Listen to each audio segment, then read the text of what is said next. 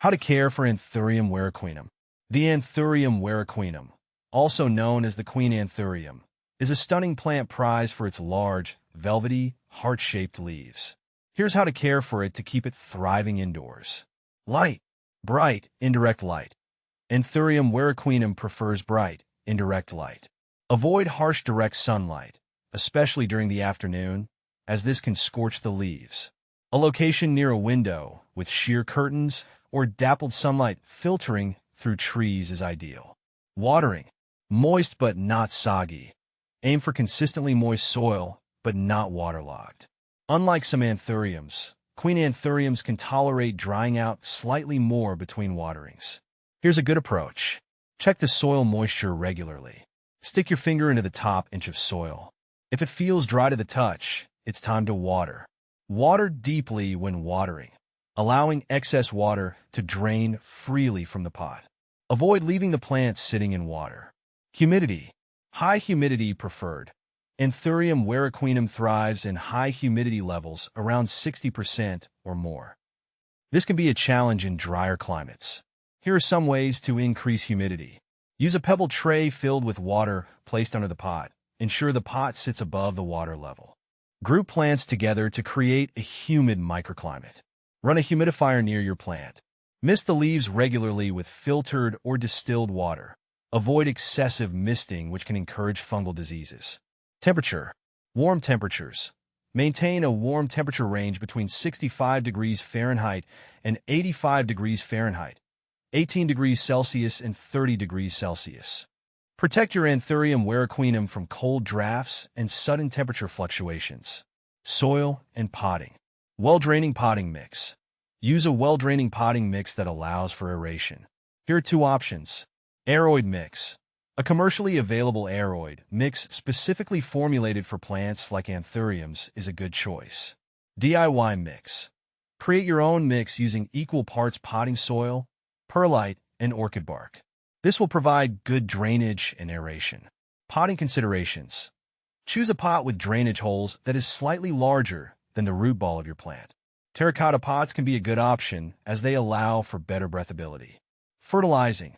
Light feeding. Anthurium warocqueanum is not a heavy feeder.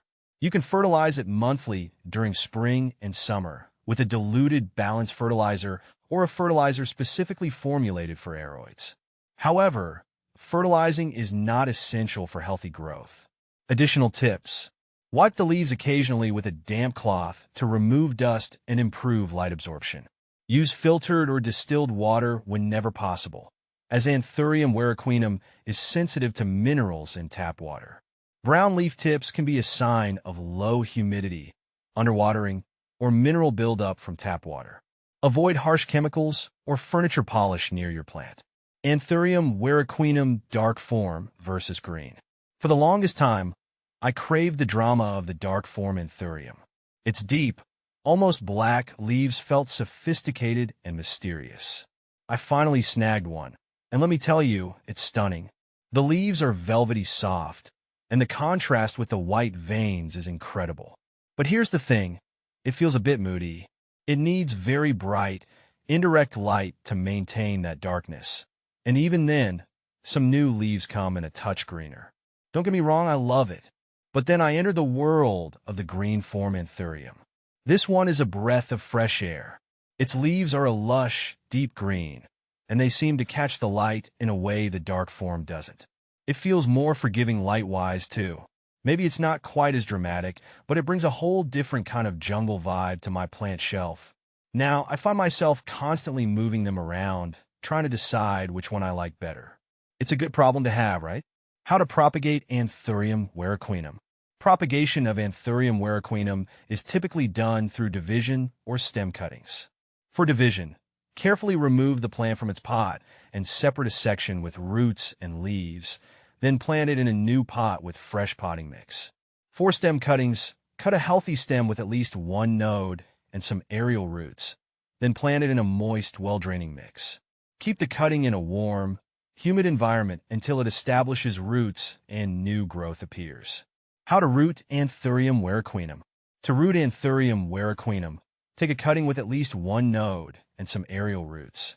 Plant the cutting in a well-draining mix of orchid bark, perlite, and sphagnum moss. Keep the medium moist but not waterlogged, and maintain high humidity around the cutting. Place it in a warm location with bright, indirect light.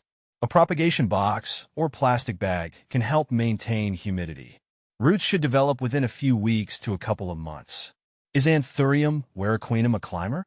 Anthurium Warocqueanum is not a climber in the traditional sense, but it does benefit from support as it grows.